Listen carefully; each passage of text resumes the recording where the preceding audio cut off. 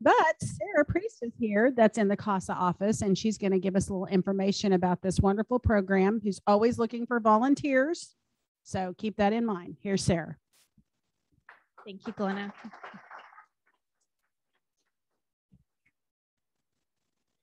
I told Angela I would come so she could get a grant to pay me. So I'm Sarah Priest, and I work in the CASA office, like Glenna said. I'm the case supervisor, and I also train our new volunteers. So if any of you want to volunteer, you can come sit through training with me. CASA, if you don't know, stands for Court Appointed Special Advocates. Back in 1871, there was a child named Mary Ellen, and her father died, and her mother could not take care of her. She was placed in a home where they locked her in a bedroom and beat her every day. At that point in our history, we had laws to protect animals. We did not have laws to protect children. And that is where the term advocate came from. There was a man who advocated for Mary Ellen, and that was the start of child advocacy. So we've obviously come a long way since that time. Since then, there are mandatory reporting laws, child abuse prevention. Back in 1976, there was a judge in Seattle who needed information on a child welfare case, so he was able to make a decision about a 3-year-old child that was in custody.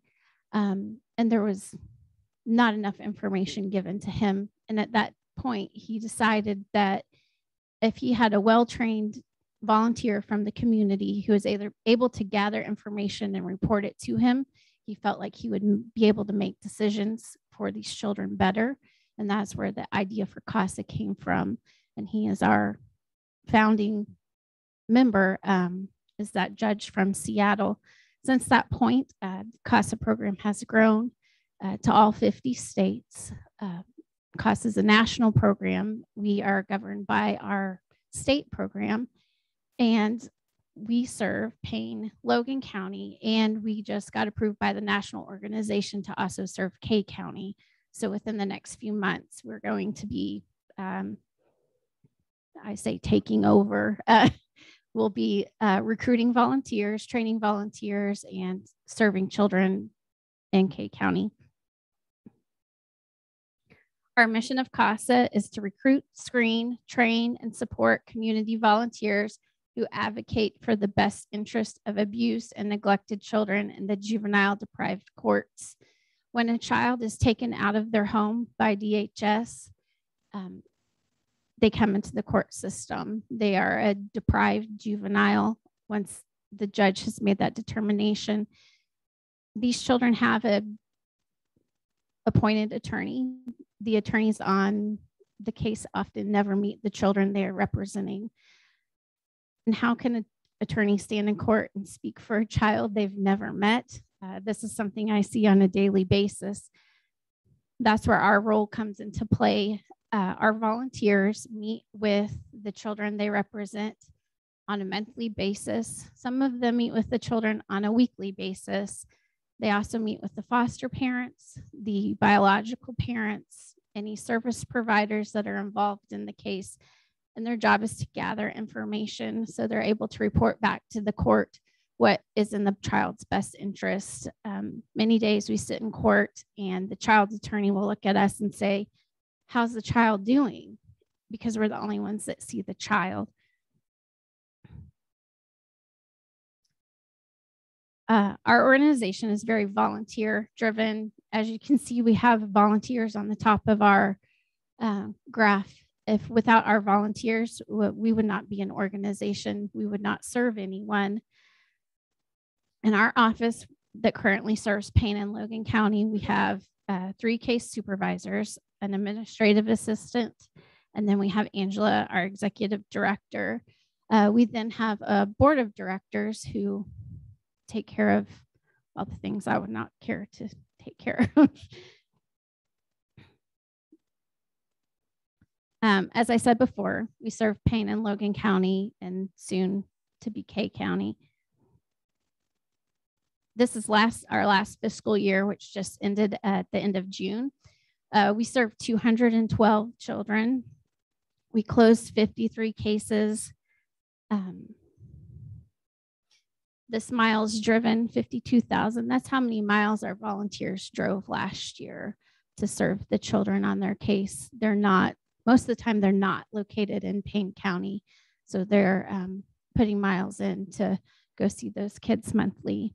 And we were able to train 18 new volunteers last year, which is pretty phenomenal since it was COVID. It's asking a lot of a volunteer to train during that time. Our training process is a 30-hour program. And then our volunteers do 12 hours of continuing education every year. So they're well-informed, well-trained volunteers. The thing I love about CASA is, I'll give you an example of one of my volunteers. He's been on the case that he's currently on since 2015. There's only one child on the case, but he has served this child since 2015. The child has been in 30 different placements before he was finally reunited with his mother. In that time, he had, I could not even tell you how many DHS workers, different attorneys, because the contract changes.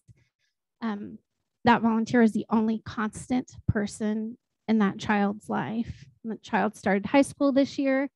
His volunteer set up an appointment with the principal and took him to see the high school. The volunteer is teaching him how to drive. He knows he can call that volunteer at the drop of the hat and he'll go do anything for him. But that's the importance that our volunteers play in the role of the lives of the children that they serve. Like I said before, we're court appointed. The judge here in Payne County, we mostly deal with Judge Colling. He is a huge fan of CASA and he supports our program and our volunteers very much. He often asks our volunteers very pointedly in court, what is your recommendation? What have you heard? I want to hear from you. We work hand in hand with DHS as well. We have a great working relationship with them. We don't always agree with their opinion, but we have a great working relationship with them. We also work with the DA's office on a daily basis. This is just kind of a model of what our volunteers do. But our volunteers' role is to gather information, like I said before. And once they gather that information, they're able to advocate for the children that they're serving. Oftentimes, the biological parents on a case will say, yes, I am drug-free and I'm going to counseling and I'm doing everything I'm supposed to do to get my kids back. With the court order that our volunteers have, we're able to follow up on that information and fact check. So our volunteers call the counselor. Well, they've missed the last 5 visits and they've failed their last 5 UAs. So the parent will stand in court and say, I'm doing all these things correctly that you're asking me to do. I should get my kids back. Because the CASA has done the legwork, followed up on that information, we can then stand in court and say, actually, they're not doing it. And that's what the judge finds invaluable, is that we are gathering information to report to him when most other parties in the case don't take the time to fact check the information or find out what's truly going on. Our program is, like I said earlier, is supported by grants. We are a United Way agency in Payne and Logan County. VOCA, the Victims of Crime Act, we receive money from them. We also receive money from state CASA office, as well as foundations, corporations, donations, and fundraiser. Our big annual fundraiser is coming up in February. If any of you are interested, it's always a great time. Well, So not everyone that wants to support CASA can be a volunteer. It's definitely not something for everyone. It does take a certain type of person to be able to sit in court and listen to the things you have to listen to and advocate for a child successfully. We do have other volunteer opportunities for people that would like to support our program, though.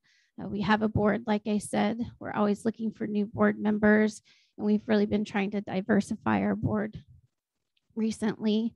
If you don't have the time to commit to a board, we also have several different committees that, again, we're always looking for committee members.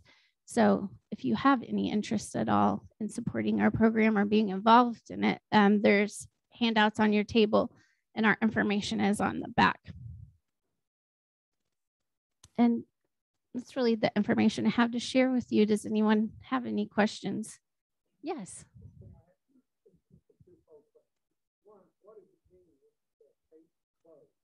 Okay.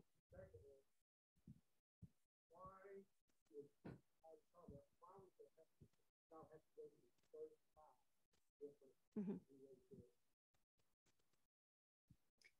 That's a great question. When a case is closed, that means the child has either been reunified with their natural parents or they have been adopted by another family. Those are the only two situations that would lead to a case being closed. And a child would go through 35 different placements. A lot of these children have gone through trauma that none of us could ever imagine and have never truly been loved by a caregiver. And when they are in a home and that caregiver starts to love them or they start to feel that connection, their reaction to that is to push that person away from them. And so they will do whatever they have to do to push that person away, to get kicked out of that home, because they're afraid to let people in to love them, because they've always been let down by the people who have said they loved them in the past. Would be the most common reason for children. We call it blowing placement, but for having that many different placements.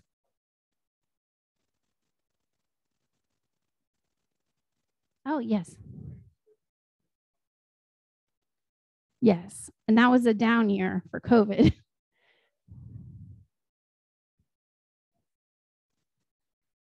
Yes. Unfortunately, there are not enough foster homes in Payne County to serve the number of children that are in custody of the department. So they're placed all over the state.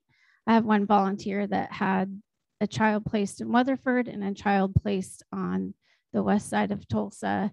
And he would go pick up the child in Weatherford, drive the child to Tulsa so he could visit his brother. He would then drive the child back to Weatherford and drive back to Stillwater.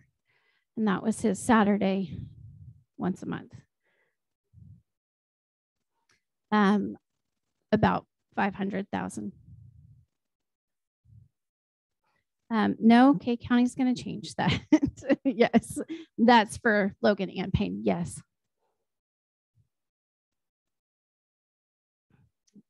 I can tell you that information. Right now, we are serving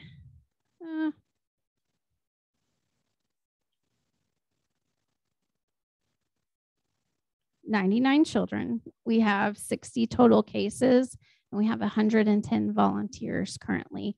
All of those volunteers aren't currently assigned to a case, but we have 110 volunteers that are keeping up with their continuing education every year to remain an active volunteer.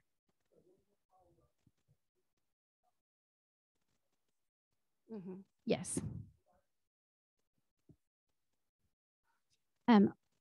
As an organization, we don't have services per se that we can provide them directly, but we provide them with as many resources and connections as we can. And a lot of times the CASA that's been assigned to that child will remain in contact with them and continue to support them even after they've aged out of the system.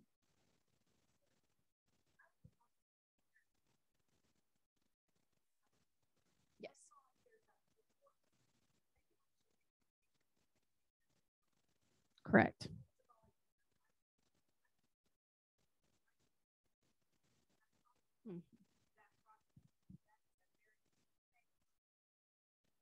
Yes, our programs worked very diligently with Judge Culling recently to even change our court order where it encompasses more information that we have access to. But with that court order, I fax court orders daily to schools, doctors' offices, hospitals, therapists, counselors. We basically have unlimited access to information if it pertains to a parent or a child involved in a case. So we can schedule appointments to talk to therapists. We can get therapists' notes to see if someone who's attending therapy is actually being an active participant in the therapy. We can follow up on domestic violence victims classes with the teacher to see, has this mom really identified herself as a victim and taken the class seriously, or is she checking a box? And that is information that a lot of times no one else has access to.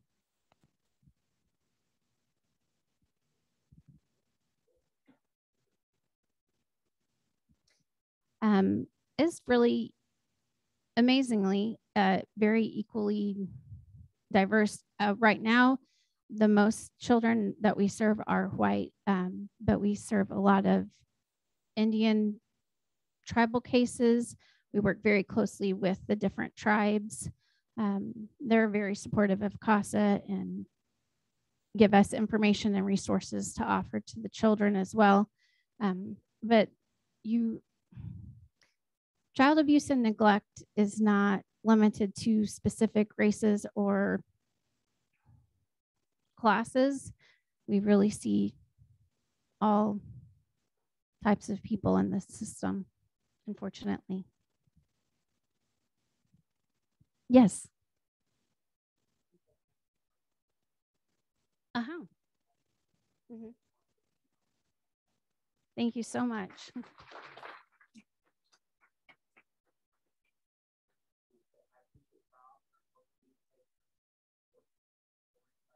Mm-hmm. Right.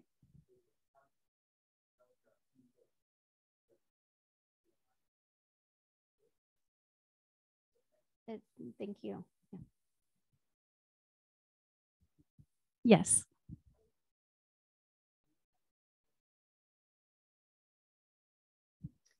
And that changes every year. Right now, we're seeing a lot of babies born and they are removed from the mother because the mother tests positive for different types of drugs when the child's born. We've had about 2 babies a month lately. So that seems like most of my cases, new cases, have been babies. And it just kind of goes in cycles, and we try to pinpoint what's going on, but it just kind of changes.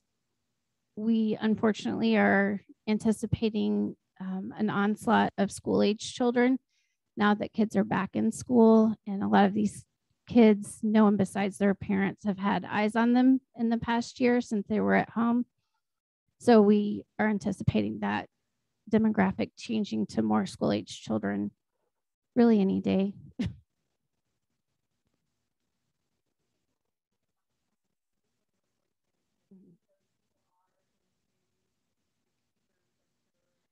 Well, the Oklahoma state law, any adult in Oklahoma is a mandatory reporter. So all of you in this room, if you suspect child abuse or neglect, you need to call the DHS 1-800 number and report that. It can be an anonymous report, and it doesn't always lead to a child being removed from the home. That's something that we as CASA, even if we go visit a foster home and we suspect that something's going on in that foster home that would be abuse or neglect, we then call the same 1-800 number and report that. But as an adult in Oklahoma, we're all responsible for looking out for the children that we come in contact with.